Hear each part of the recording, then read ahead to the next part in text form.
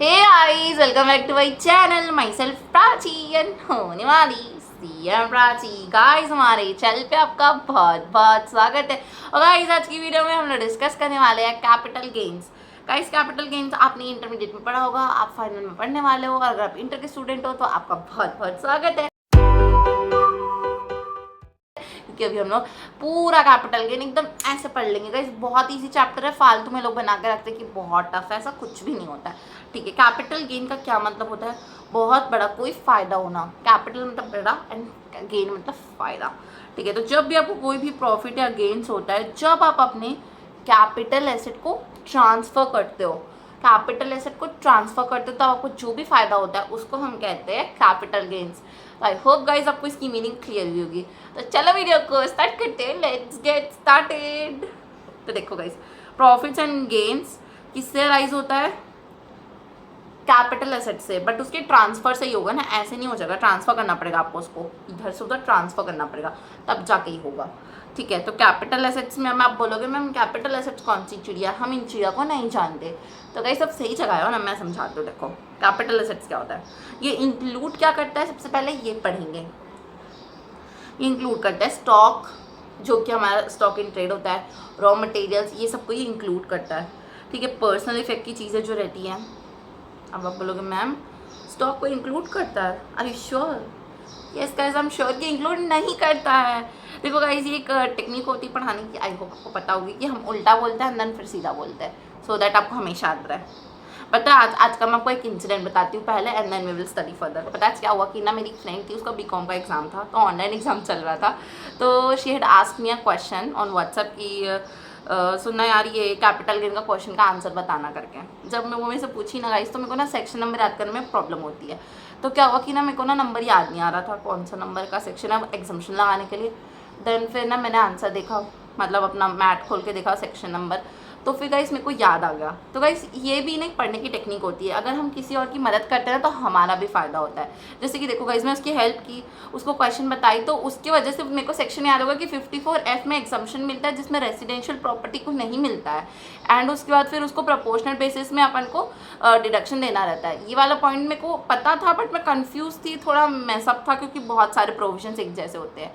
ठीक है गाइस, तो ऐसे आपको ना, आपको भी हेल्प करनी चाहिए अपने फ्रेंड्स की, आपको भी उनकी हेल्प करो, आप खुद हेल्प लो। तो अगर आप डिस्कस करके थोड़ा पढ़ते हो ना, तो आपको कॉन्सेप्ट ज़्यादा क्लियर होता है, एक्सेप्ट कि आप अकेले पढ़ रहे हो। तो इसलिए गाइस, मैं सारे डाउट्स को इन्वाइट करती हूँ। आपको कभी भी कोई डाउट होता है, you can free to ask me any time on WhatsApp. मैं पक्का से आपको जल्द से जल्द आंसर देने का कोशिश करूँगी। ठीक है, तो गाइस, अपन मैं डिस्कस कर रहे थे कि कैपिटल एसेट्स में क्या नहीं होता है। तो देखो, स्टॉक इन ट्रेड नहीं होता है और रॉ मटेरियल नहीं होता है। अब याद रहेगा? ठीक है, पर्सनल इफेक्ट की चीज़ें नहीं रहती है, बट गाइस इसमें है एक झोल। झोल बताऊंगी थोड़ी देर में। ठीक है, और क्या नहीं रहता मैम?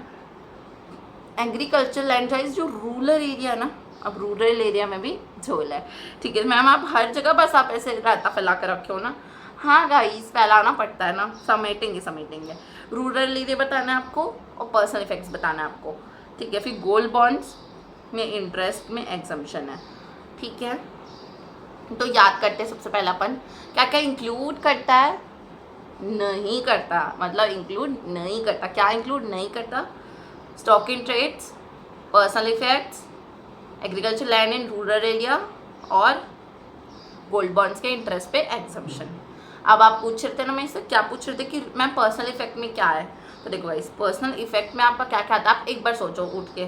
सबसे प्यारी चीज़ आपको क्या लगती है पर्सनल इफेक्ट में? मुझे तो मोबाइल फ़ोन लगता है। ठीक है, AC लगता है, कार लगता है, ज्वेलरीज लगता है, क्लोथ्स लगता है। अभी 5 एग्जाम्पल लेती हूँ, ये 5 चीज़ें जो मुझे बहुत प्यारी है। ठीक है, it's my luxury, it's my comfort, and that's what I want. Okay, तो ये सारी चीज़ें हैं। ठीक है, अब मेरे पास है और ये मुझे अच्छी लगती है, बट डिपार्टमेंट को नहीं अच्छी लगती ना। डिपार्टमेंट इज़ लाइक 50-50, मुझे भी चाहिए, मुझे भी टैक्स चाहिए था। लाइक नहीं, मेरा पर्सनल चीज़ है, मैं नहीं दूँगी, पर्सनल है ये तो दे लाइक अरे रुको जाना, ऐसा कर, वो जो गोल्ड है ना बहुत महंगा है, तू कहाँ संभाल पाएगी इतना सारा, ऐसा कर, उसमें टैक्स दे दे मेरे को। ठीक है, तो अपन को ना गाइस ज्वेलरीज पे देना पड़ता है। मतलब मैम जो ज्वेलरीज है वो क्या है? कैपिटल एसेट्स है। ठीक है, ज्वेलरी कैपिटल एसेट्स होता है। उसके गाइस में एक बहुत अच्छी आर्टिस्ट हूँ, आप मेरा आर्ट वर्क देख सकते हैं, मेरे चैनल पे मैंने डाला है 1-2, तो गाइस आर्टिस्टिक काम जो मैं करती हूँ ना उसके लिए भी बहुत ज़्यादा उसको कैपिटल एसेट माना जाता है, ठीक है। तो आर्कोलॉजिकल कलेक्शन और पेंटिंग जो है ना मेरी, स्कल्पचर जो है मेरा, ड्राइंग्स, ये सारी चीज़ मेरे लिए मेरे कैपिटल एसेट्स है। तो मेरे पास कितने कैपिटल एसेट्स हो गए, बहुत सारे हो गए। को पेंटिंग हो गई, ज्वेलरीज हो गई, स्कल्पचर हो गया, ड्राइंग्स हो गया, आर्कोलॉजिकल कलेक्शन हो गया। You want to see my drawings? मैं थोड़ा आपको दिखाती हूँ यहाँ से, जूम आउट करके, रुको।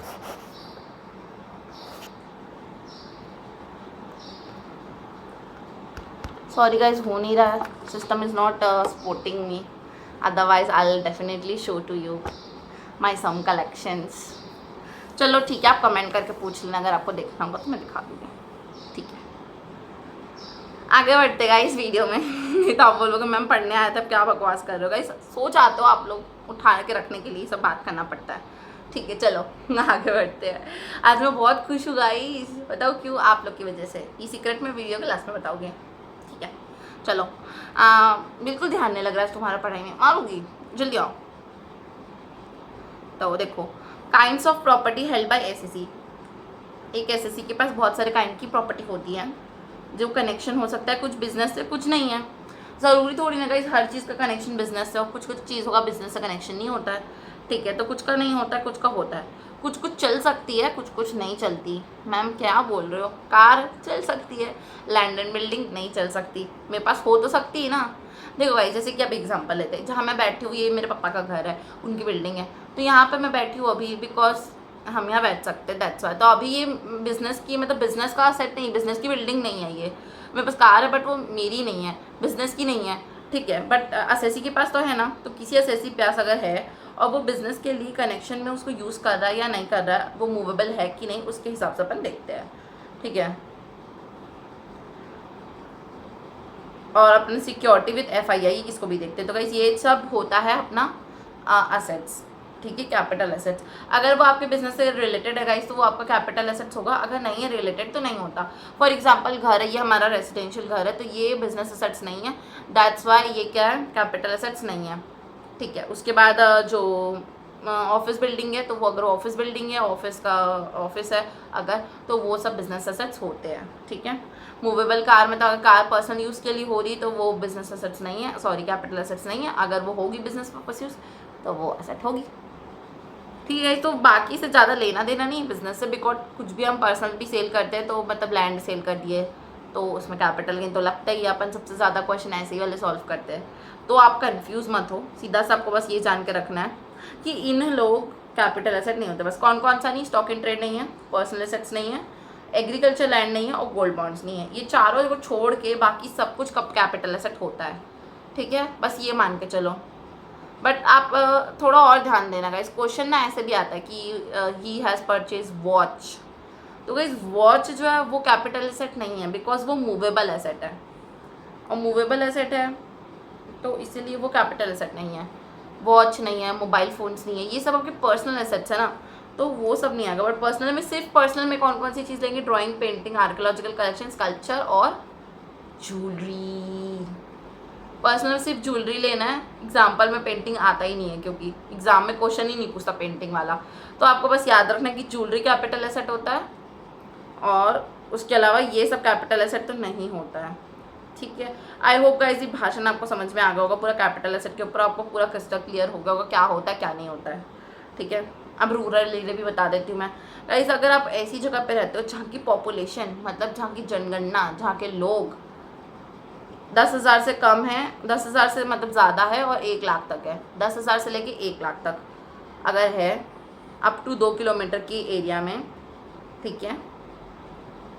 फर्स्ट है ये। सेकंड क्या है? 10 लाख तक है तो वो अप टू 6 किलोमीटर मानते हैं। मैम क्या बोल रहे हो? मतलब देखो गाइस, ऐसे समझो कि ये है मुंबई, मुंबई की जनसंख्या सबसे ज़्यादा है अभी तो, है ना।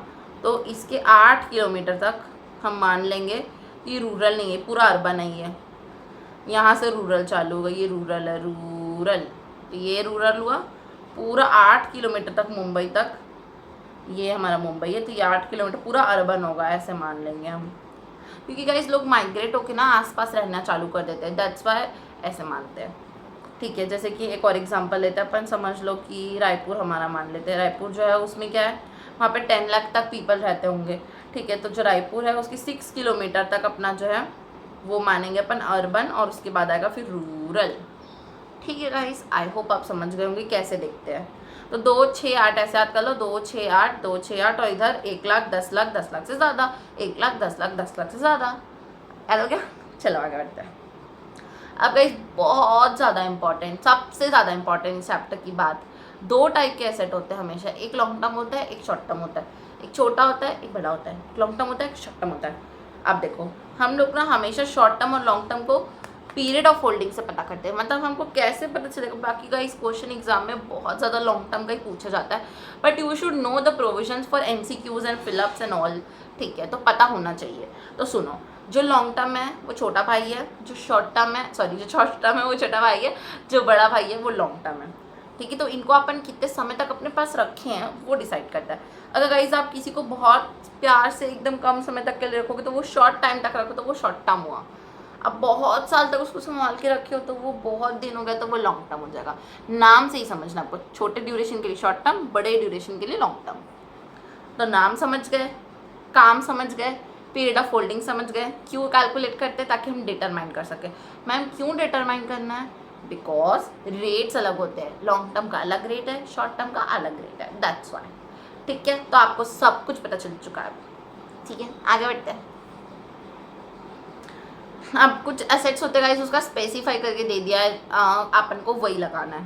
मैम कैसे समझ में आएगा? देखो 12 मंथ मतलब 1 साल, 1 साल तक आपको क्या संभाल के रखना है। अगर आप कोई सिक्योरिटी जो लिस्टेड है, 0 कूपन बॉन्ड्स, UTI के शेयर्स है, प्रेफरेंस शेयर्स है, डिबेंचर्स है, ये सारी चीज़ें गाइज अगर आप लिस्टेड वाली रखे हो ना, याद रखना है, पर लिस्टेड लिखा है, आप कन्फ्यूज़ मत हो जाना। ये लिस्टेड, ये सारी चीज़ें जो लिस्टेड वाली है, लिस्टेड वाली अगर आप रखे हो 1 साल तक तो वो आपका छोटा बेबी है, और अगर 1 साल से 1 महीना ज़्यादा होगा तो आपका बड़ा बेबी बन जाएगा, मतलब वो लॉन्ग टर्म है, लॉन्ग टर्म माना जाएगा। फिर उसके ऊपर लॉन्ग टर्म वाले रेट्स प्रोविजंस लगना स्टार्ट हो जाएंगे। वैसे ही अनलिस्टेड शेयर्स और इमोल प्रॉपर्टी, अनलिस्टेड शेयर मतलब जो शेयर मार्केट में नहीं है, इमोल प्रॉपर्टी मतलब जो लैंड बिल्डिंग होती है वो सब। तो ये सारी चीज़ें जो होती है, अगर आप 2 साल तक उसको संभाल कर रखोगे अपने पास तो वो शॉर्ट टर्म रहेगा। 3 साल रख लिए या 2 साल 4 महीना रख लिया, कितना भी दिन रख लिए 2 साल के बाद, तो फिर वो लॉन्ग टर्म माना जाएगा। ठीक है, यहाँ पे बहुत कन्फ्यूजन होता है इस बच्चों को, प्लीज़ ध्यान से समझना। फिर 36 मंथ मतलब 3 साल। कोई भी अलग एसेट, कोई भी एग्जांपल लो। मैम जूता डंप पर्सनल एसेट्स है, ओके मैम। मैम ज्वेलरी, तो ज्वेलरी आप रखोगे मैम, अगर हम 3 साल तक रखें तो, हाँ अगर 3 साल तक रखोगे तो शॉर्ट टर्म, 3 साल से बाद रखोगे तो लॉन्ग टर्म, क्योंकि यहाँ पे 3 साल दिया हुआ है। ठीक है, रेट इसी से ऐसा लगता है, इसीलिए इतना कैलकुलेट करवाते हैं। मैम घर, रेसिडेंशियल प्रॉपर्टी, इमोल प्रॉपर्टी हो गई तो 2 साल रखना पड़ेगा। ठीक है ma'am. Aeroplane, aeroplane movable item होता है, वो कैपिटल एसेट नहीं होता, नहीं लगेगा उसके ऊपर प्रोविजन। मैम गुलदस्ता personal assets. Ma'am stock in trade exempt है, उसमें नहीं लगता। तो गाइस ऐसा करके आप एग्जाम्पल अपने मन में कुछ भी सोचते रहो और उसके बाद फिर कैलकुलेट करते रहो, क्या होगा क्या होगा, कैसे होगा क्या होगा। ठीक है आगे बढ़ते हैं। पीरियड ऑफ होल्डिंग में क्या क्या एक्सक्लूड होता है, मतलब क्या पीरियड ऑफ होल्डिंग में नहीं आने वाला है। तो पीरियड ऑफ होल्डिंग में क्या नहीं आएगा, अगर आफ्टर लिक्विडेशन आप कुछ भी उसमें चेंजेस करते हो तो that will not be considerable, उसको कंसीडर ही नहीं करते। डेट ऑफ ट्रांसफ़र को भी हम कंसीडर नहीं करते हैं। कन्वर्जन अगर आप प्रेफरेंस से इक्विटी हो रहे हो, पहले प्रेफरेंस थे अब आप इक्विटी हो रहे हो, तो गाइस कन्वर्जन में भी पीरियड ऑफ होल्डिंग नहीं लेते, क्योंकि गाइस असेट चेंज नहीं हो रहा है ना, मतलब प्रेफरेंस था अब इक्विटी है, तो it's okay. Date of transfer वाले दिन को नहीं लेते, उस दिन को नहीं लेते, और लिक्विडेशन के बाद आप करो तो ये तीनों चीज़ में अपन पीरियड ऑफ होल्डिंग को कंसीडर नहीं करते हैं। हमेशा याद रखना गाइस, एग्जामिनर ज़्यादा से ज़्यादा एक्सक्लूजन से क्वेश्चन पूछता है, तो एक्सक्लूजन आपको याद रहे, भले आप इंक्लूजन भूल जाओ। ठीक है,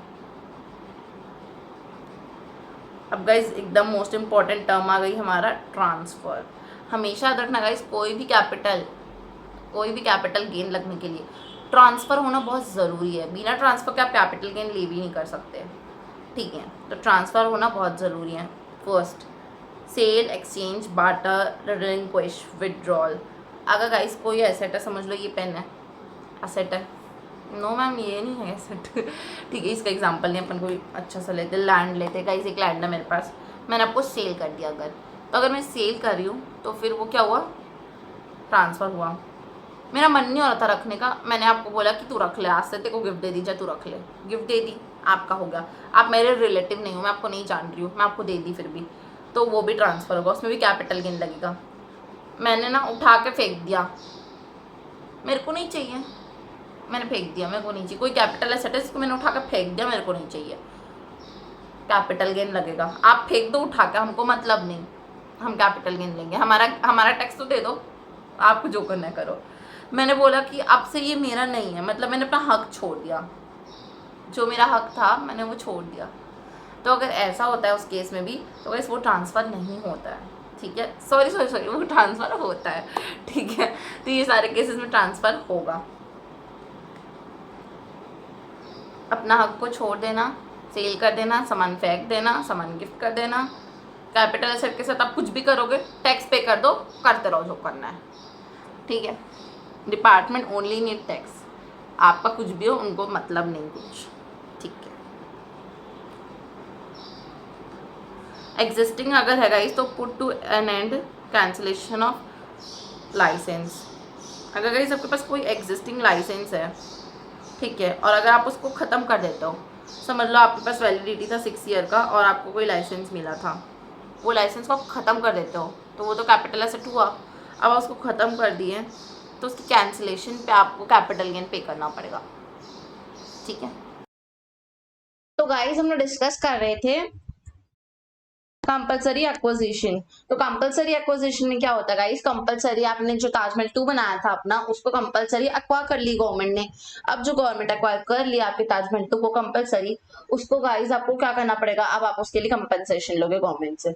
तो गाइस जब आपका कोई कैपिटल एसेट जबरदस्ती कोई ले लेता है तो उसके बदले में आपको कंपनसेशन मिलता है, तो उसी को कहते हैं अपन कंपलसरी एक्विजिशन, और ये भी हमारे ट्रांसफर के टर्म्स में आता है, ठीक है गाइस। अब आगे बढ़ते हैं।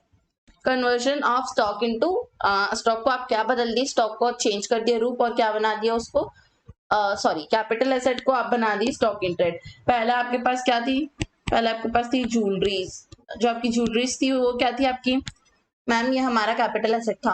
अब गाइस आप क्या किया, आप सोचे मैं ज्वेलरी शॉप खोलूंगी करके, तो आप अपनी सारी घर की ज्वेलरी उठा के बिजनेस में डाल दिए, तो आपकी घर की जो होम वाली ज्वेलरी थी वो अब आपका बिजनेस का स्टॉक इन ट्रेड बन गया, क्योंकि आप इसका बिजनेस स्टार्ट कर दियो, तो ये बिजनेस का स्टॉक इन ट्रेड हो गया।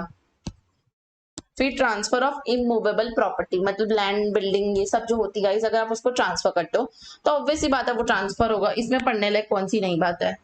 जीरो कूपन बॉन्ड्स, तो गाइस JCB मतलब जीरो कूपन बॉन्ड जो होते हैं ना, उनका मतलब होता है गाइस वो ना डिस्काउंट पे इशू होते हैं, एंड देन फिर जब रिडीम होते हैं ना तो फिर उन लोग प्रीमियम पे रिडीम होते हैं। जैसे कि मान लो आप,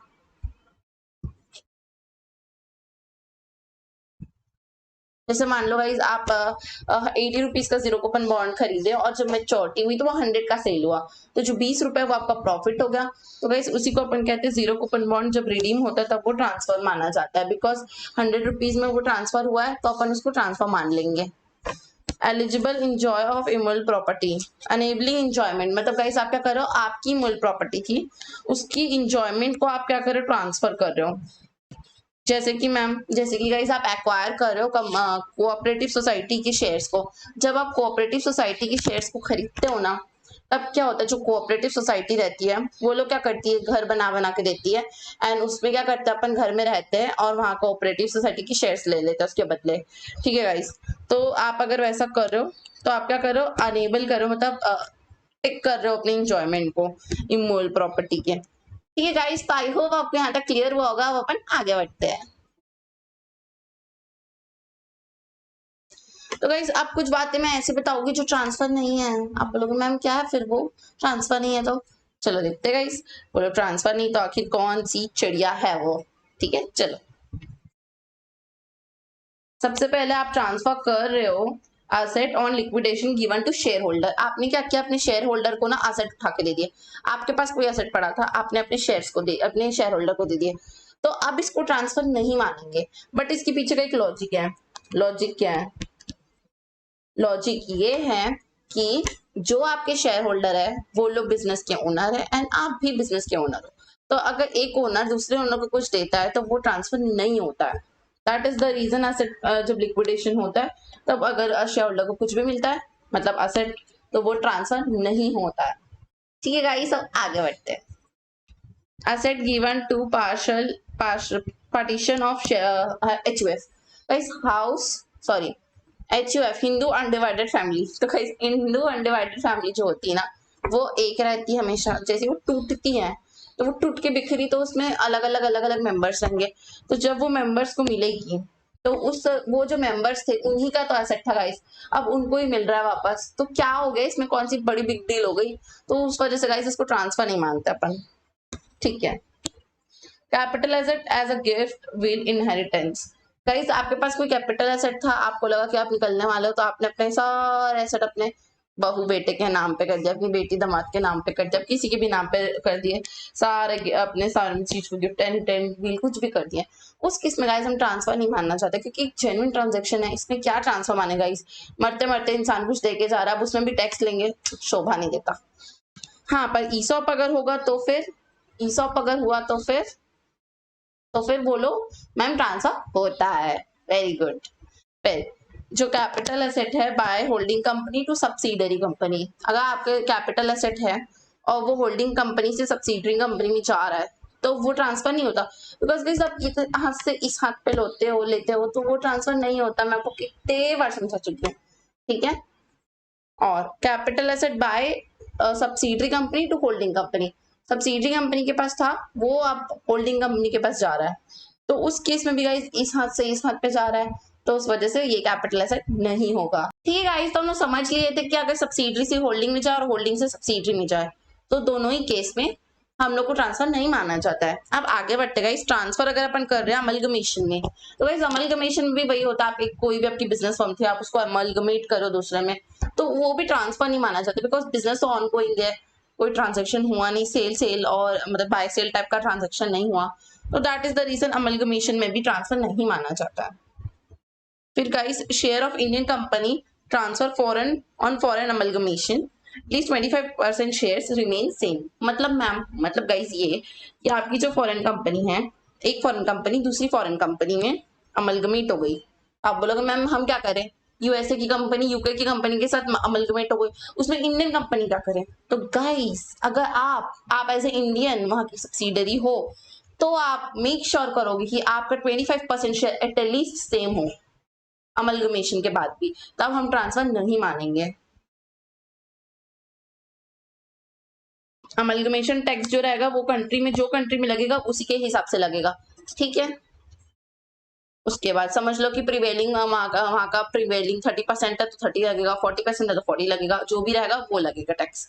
ठीक है, आगे बढ़ते guys. Capital asset by bank to bank, अगर कोई कैपिटल एसेट एक बैंक दूसरे बैंक को दे रही है, ठीक है, सेंट्रल गवर्नमेंट के बैंक को, तो उस केस में गाइस यहाँ पर ट्रांसफर नहीं माना जाता। ट्रांसफर अगर डीमर्जर में हो रहा है, एक कंपनी की टूट के बहुत सारी कंपनी बन गई, तो गाइस इस केस में भी ट्रांसफर नहीं माना जाएगा, क्योंकि अमलगमेशन डीमर्जर ये सब बिजनेस रिक्वायरमेंट्स होती है, कोई हम सेल मतलब खरीद बेच नहीं रहे कोई चीज को जो आप बोलोगे ट्रांसफर है, that is the reason they are not consider as transfer. I hope कहीं सबको क्लियर होगा यहाँ तक। अब share of Indian company transfer from foreign company, जो शेयर था इंडियन कंपनी का वो ट्रांसफर हो गया फॉरेन कंपनी में, और फिर फॉरेन कंपनी का डीमर्जर में, तो ये केस में guys same share holder at least 3/4 इन वैल्यू रहने चाहिए। डीमर्जर कंपनी में जो भी टैक्स रहेगा वो उस कंट्री का लगता है जो कंट्री लिंक प्रिवेलिंग रहेगी। इफ ट्रांसफर माना गया तो, पार्टीज को तो ट्रांसफर माना ही नहीं जाता तो टैक्स नहीं लगता, बट सेफ्टी पर्पज के लिए पॉइंट लिखना पड़ता है।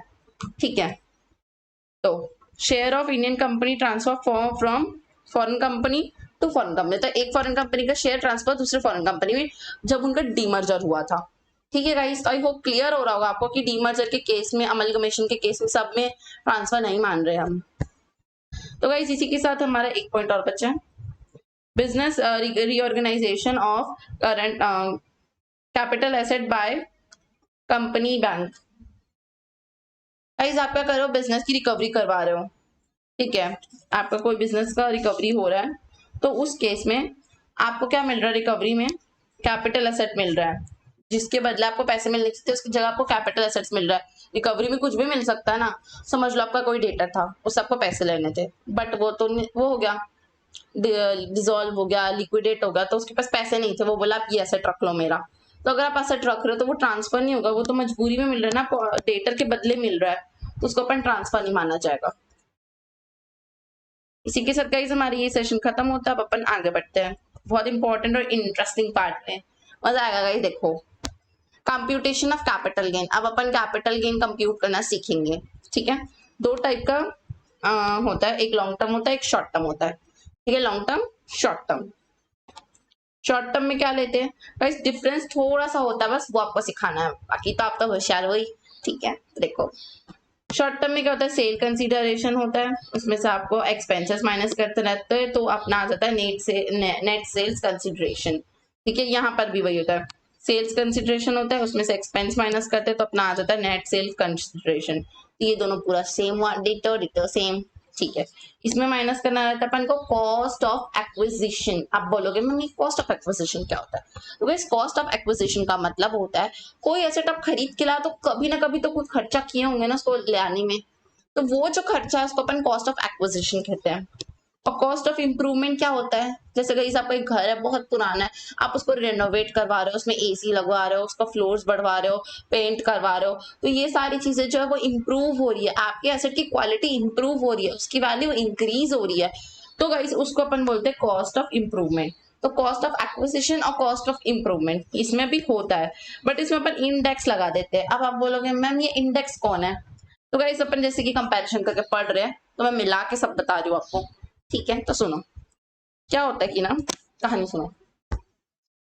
एक बार क्या होता है कि ना गाइस, एक एसेट होता है, वो ना बहुत समय से हमारे पास रहता है, बहुत बहुत बहुत समय से। समझ लो कि आपने घर खरीदा था 100 रुपीज का, एग्जाम्पल लो 100 रुपीज का, अभी वो 1000 का हो गया। आप कितने साल से रखो, 20 साल से रखे उसको। तो गाइस अगर आप वो 100 रुपीज का खरीदे थे, तो क्या वो 100 अभी भी 100 है? आप बोलोगे नो मैम, बिल्कुल भी नहीं। तो पहले 100 में तो घर आ जाते थे, अब तो 100 रुपीज में चॉकलेट भी नहीं आती है। तो प्राइस बढ़ा है रुपी का, यस गाइस ऑफ कोर्स बढ़ा है, ठीक है। तो अब वो चीज पहले आती थी जो अब नहीं आती, मतलब महंगाई बहुत बढ़ गई अब, ठीक है। तो इंडेक्सेशन का ये मतलब होता है कि जो 100 रुपीज था आपका, जो आप पहले खर्चा करे थे, वो अगर आप अभी करते, आज करते, तो कितना लगता, उसको इंडेक्सेशन बोलते हैं। तो इसलिए इंडेक्सेशन में ना ये फॉर्मूला लगाते हैं अपन इंडेक्सेशन का, जिस तारीख को आपने खरीदा था जो भी सामान, जैसे 100 रुपीज का आपने खरीदा था 2000, अगर अभी लेटेस्ट का लेते हैं अपन 2000 1999 में खरीदा था मेरे बर्थडे के टाइम, ठीक है, 1999 में खरीदा था अभी, तो कॉस्ट ऑफ एक्विजिशन क्या होगी, 2001 होगी, ठीक है। नहीं सॉरी 100 होगी कॉस्ट ऑफ एक्विजिशन उस समय की, ठीक है। क्योंकि और ये 2000 का इंडेक्स है, मेरे को याद है, ये इंडेक्स आपको क्वेश्चन में गिवन रहेगा, आपको टेंशन नहीं लेना है, ठीक है। और ट्रांसफर मतलब ऊपर वो लेते हैं जो आज का वैल्यू अभी चल रहा है 317, इस साल में 317 एप्लीकेबल है। तो फॉर्मूला कैसे लगा, वो साल की कॉस्ट अगर 100 थी तो अभी की कॉस्ट कितनी होगी, वो साल में अगर 100 था, जब रेट 100 चल रहा था, तो अब जब 317 चल रहा है तो कितना होगा। ये फॉर्मूला ऐसे डिजाइन हुआ है, ठीक है गाइस। तो आई होप आपको अच्छे से याद हो गया होगा, समझ गए होंगे, ठीक है। तो इंडेक्सेशन इजीली किया जाता है, तो सेम है दोनों, फिर अपना आंसर आ जाएगा ये लॉन्ग टर्म शॉर्ट टर्म। अब डिडक्शन मिलता है, इस डिडक्शन अपन आगे पढ़ेंगे, बहुत सारे डिडक्शन मिलते हैं, वो सारे को माइनस करेंगे तो अपना टैक्सेबल आ जाएगा, ठीक है। आगे बढ़ते हैं।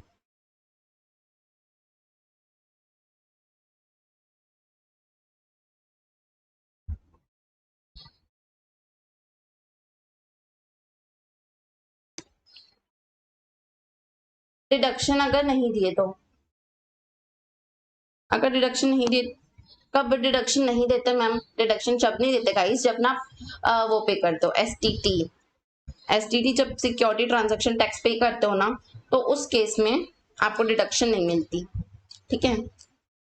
Cell consideration is equal to value received और एफएमवी, मतलब guys sale consideration is equal to होता है वैल्यू रिसीव और एफएमवी। मतलब जब आप सेल कर रहे हो ना, तो उस दिन आपको जो भी रिसीव हो रहा है, या तो हम उसको सेल कंसिडरेशन मान लेते हैं, या तो फिर अपन एफएमवी को मानते हैं, ठीक है। ये आपको 50C करके एक सेक्शन आएगा गाइस, मैं उसमें पढ़ाऊंगी आपको और डिटेल में। अभी हम लोग इनकम फ्रॉम अदर सोर्स में वैसे ये वाला टॉपिक पढ़े थे, अगर याद होगा तो एप्लीकेबल कर लेना, नहीं याद होगा तो अपन आगे पढ़ने वाले हैं कि ये वाला कॉन्सेप्ट क्या होता है। इसमें बस आपको इतना याद रखना है, या तो हमको जो मिल रहा है समझ लो मैंने आपको 100 रुपए का सामान बेचा, तो 100 रुपए मुझे मिलेंगे, तो जो मुझे 100 रुपए मिल रहे हैं वो, या फिर जो भी मार्केट में चल रहा है एफएमवी वो, उन दोनों में से जो भी ले सकते हैं। तो वो कौन सा लेना है वो 50C में सिखाऊंगी मैं, ठीक है। एक्सपेंसेस ऑन ट्रांसफर, गाइस अगर आपने कोई भी खर्चा किया है वो ट्रांसफर को एग्जीक्यूट करने के लिए, जैसे गाइस एसी का एग्जांपल लेते हैं, हमारे घर ना उस दिन एसी सेल करना था हम लोग को, तो उसको एसी को निकालने और एसी को दूसरे के घर में लगाना हमको नहीं आता, तो हम एक आदमी को बुलाए थे जो ना इंस्टॉलेशन चार्जेस करके 2000 रुपीज लिया हमसे।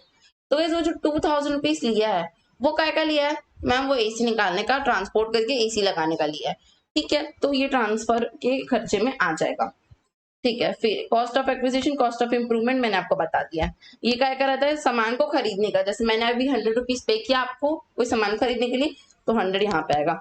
उसके बाद मैंने उसे पेंट कराया, रेनोवेट करवाया, एसी लगवाया, पेंट करवाया, फ्लोर बनवाया, तो उस केस में 50 रुपीज लगा, तो वो यहाँ पे आ जाएगा। आई होप गाइज आपको यहाँ तक क्लियर हो गया होगा। अब बहुत ज्यादा इंपॉर्टेंट बात, हम ध्यान से सुनना, बहुत ज्यादा ध्यान से सुनना। Cost of acquisition before 1 April 2001। अगर गाइस आपने कोई भी एसेट खरीदा, कोई भी एसेट, और वो एसेट आपने कब खरीदा, 2001 के पहले, मतलब 2001 से पहले, तो उस केस में गाइस आपके पास अपॉर्चुनिटी है कि आप उस दिन की कॉस्ट या FMV on 1 April 2001 whichever is higher ले सकते हो। अब बोलोगे मैम ये क्यों है, ऐसा क्यों है, सिर्फ वहीं पर क्यों है, स्पेशली वहां पर क्यों है, तो इस क्यों का रीजन ये है कि 2001 के बाद ही हमारे पास सारे इंडेक्सेशन अवेलेबल है, हमारे पास उससे पहले की कोई भी इंडेक्सेशन है ही नहीं, तो इसीलिए हमने उस साल के लिए अपॉर्चुनिटी दे दिया कि अगर आपने महंगे में खरीदा था तो ठीक है, नहीं खरीदा था तो 2001 वाली एफएमवी जो कि 100 रहती है हमेशा कांस्टेंट, वो ले लो। बाकी कोई साल में मत लगा देना, सिर्फ उसी साल के लिए एप्लीकेबल है, ठीक है। बिफोर 1/4/2001 के लिए एप्लीकेबल है, ठीक है। गाइस अगर आपने कोई भी एसेट खुद से बना लिया है, जैसे कि गुडविल, ठीक है, या फिर डेप्रिसिएशन कोई एसेट पे है, तो ये सारी चीजें आपकी मनगढ़ंत कहानियां है ना, बीच में मत लाओ। और हमेशा याद रखना कि कॉस्ट ऑफ इम्प्रूवमेंट, जैसे फ्लोर बनाना, पेंट करवाना, एसी लगवाना, जो मैंने बोला था, वो सारी चीज अगर आपने 1/4/1 से पहले की है तो जीरो माना जाता है, वो जीरो जीरो नील मानता है उसके केस में। क्यों मैम, क्योंकि गाइस अब उतने समय पहले कराए थे ये सारी चीज, अब तो वो सब पुरानी हो गई होगी, 2022 में खड़े हैं हम लोग, कितनी पुरानी हो गई होगी, कोई इंप्रूवमेंट नहीं माना जाएगा, आपका नील हो जाएगा वो, ठीक है गाइस। आई होप आपको यहाँ तक सारी चीजें समझ में आई होगी।